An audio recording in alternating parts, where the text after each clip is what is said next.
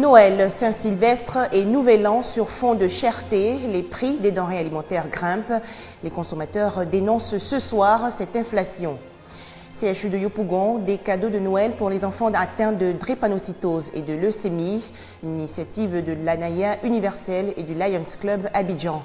Enfin, l'avion disparu d'Erazia, probablement au fond de la mer. Les recherches se poursuivent.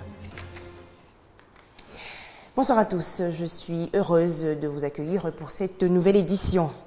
Fête de fin d'année, mais vente générale dans les marchés. Et pour cause, les commerçants augmentent abusivement les prix des denrées alimentaires.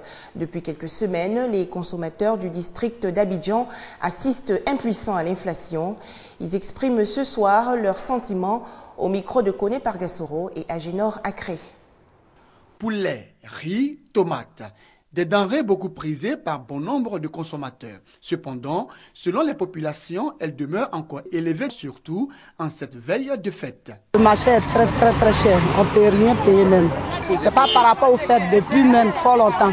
Les poulets sont devenus chers, le marché est cher, tout a augmenté, on ne comprend rien. Les prix de poulet, c'est à 3 500, d'autres font à 4 000, d'autres font à 5 000. Pour les commerçants, le prix élevé des produits vivriers sur les différents marchés n'est pas de leur fait. On prend ça dans le frigo, avec les femmes au marché. Le carton, 40 000, 50 000, 30 000. On est obligé de vendre ça cher parce qu'on prend ça cher. Le mois de décembre, là, ça ne marche pas. Parce que c'est partout. Commerçants et populations ont désormais les yeux rivés vers l'État en vue d'apporter de l'aide au secteur de l'alimentation. Le gouvernement n'a qu'à voir ça. N'a qu'à voir ça pour nous. Ce n'est pas tout le monde qui a l'argent pour venir au marché.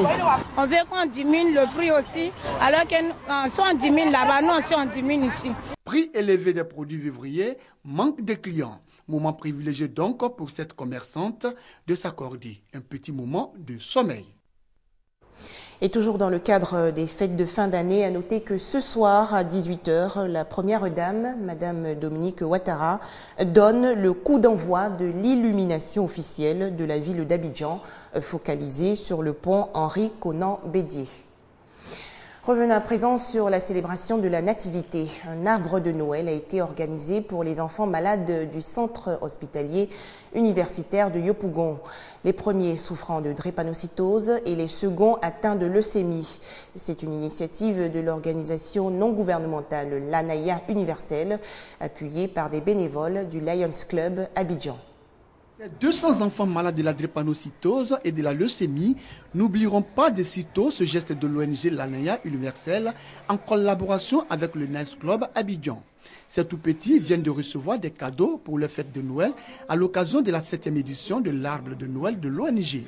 Un événement marqué par la présence du représentant du ministre de la Santé et de la lutte contre le sida. Il encourage les initiateurs. C'est vraiment une action bienvenue pour aider de façon spécifique ces enfants. Les parents des bénéficiaires, quant à eux, ont remercié les donateurs avant de faire quelques doléances. Ça me fait réellement plaisir. J'aimerais que l'ONG, l'ANAIA universelle, continue ainsi. Parce qu'ils font beaucoup de bien aux enfants. Je suis heureux que vraiment on puisse s'intéresser à nos enfants malades. Mon souhait est que pour ces enfants, vraiment il y ait une prise en charge.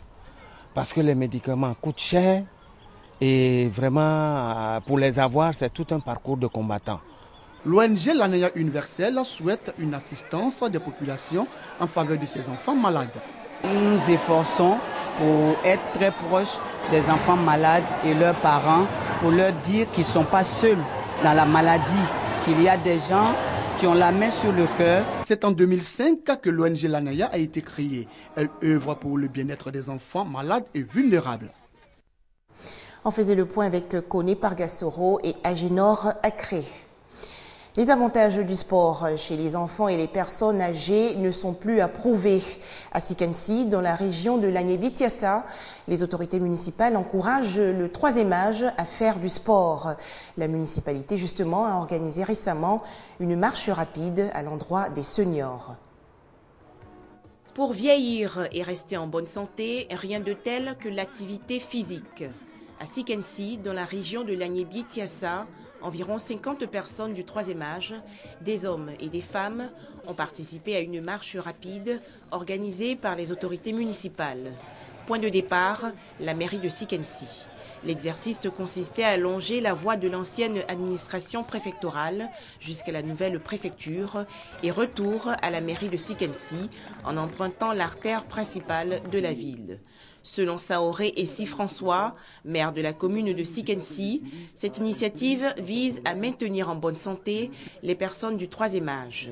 Yao Edouard, sous-directeur de l'Office ivoirien des sports scolaires et universitaires, par ailleurs fils de la région, les a également exhortés à la pratique quotidienne du sport pour éviter notamment les maladies cardiovasculaires.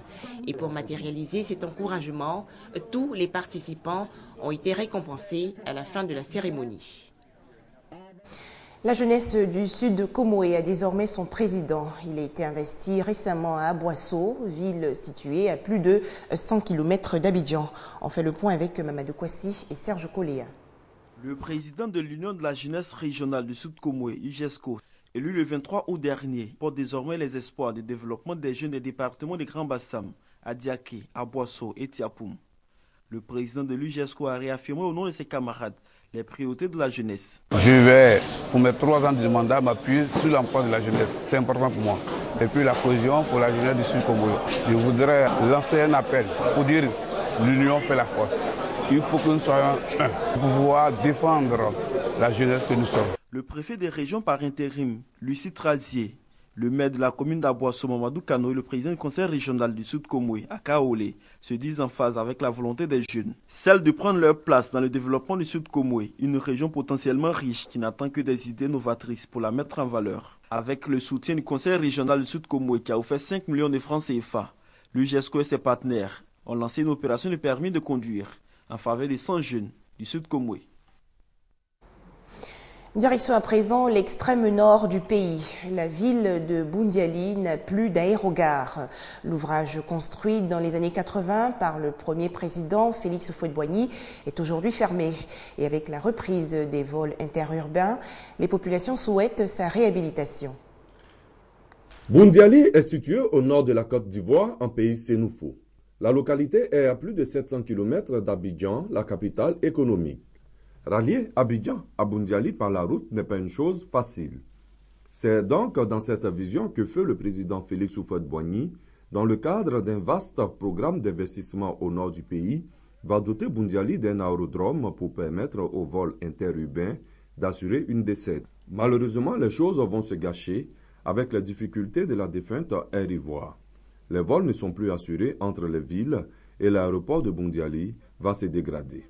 Avec la reprise des vols, les populations, par la voix du chef canton, souhaitent qu'on n'oublie pas Boundiali. L'aéroport que Houphouët nous a donné, nous voulons que vraiment on reprenne les activités sans vraiment faute, parce qu'on en est dans les besoins. Je souhaite que l'État de Côte d'Ivoire vraiment nous aide, la population est dans les besoins. La mairie, quant à elle, est prête à jouer sa partition pour redonner à cet aérodrome son lustre d'antan. La piste d'atterrissage fait environ 2 km.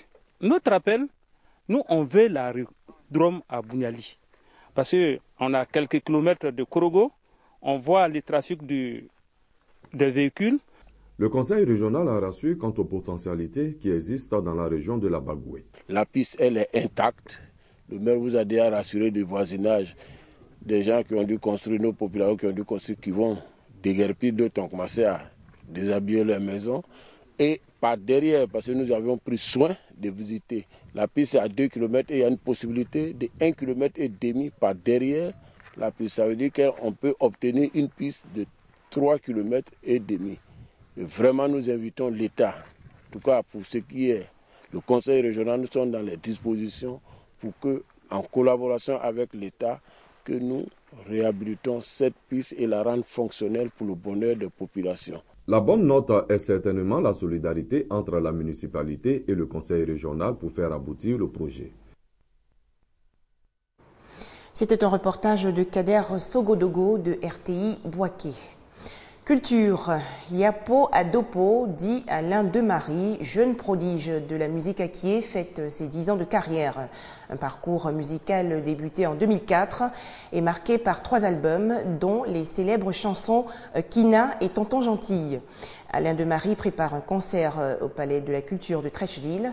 Notre reporter Franck Quadio l'a rencontré.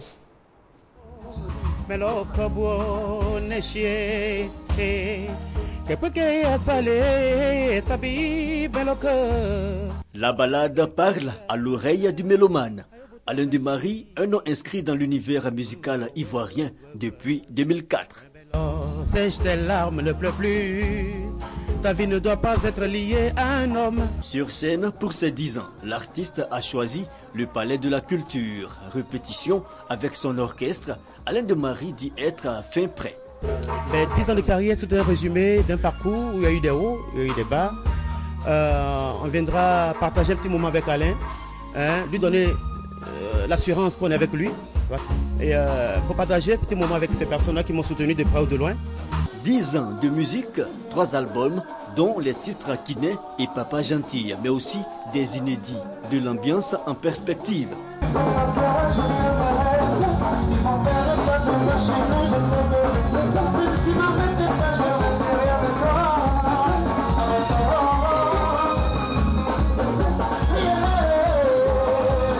Alain Demarie, fidèle à son style, voix douce et texte puisé dans le patrimoine musical acquis du sud de la Côte d'Ivoire. Et la musique bien ancrée dans l'ère contemporain. Un savant mélange pour un cocktail sur la scène du Palais de la Culture aux environs de 18 h ce mardi 30 décembre.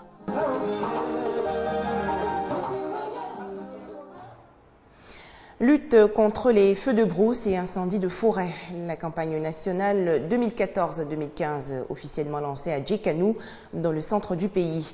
Le ministre des Eaux et Forêts, Mathieu Baboudaré, a exhorté les gardes forestiers à plus d'intégrité et d'engagement dans la protection des forêts ivoiriennes.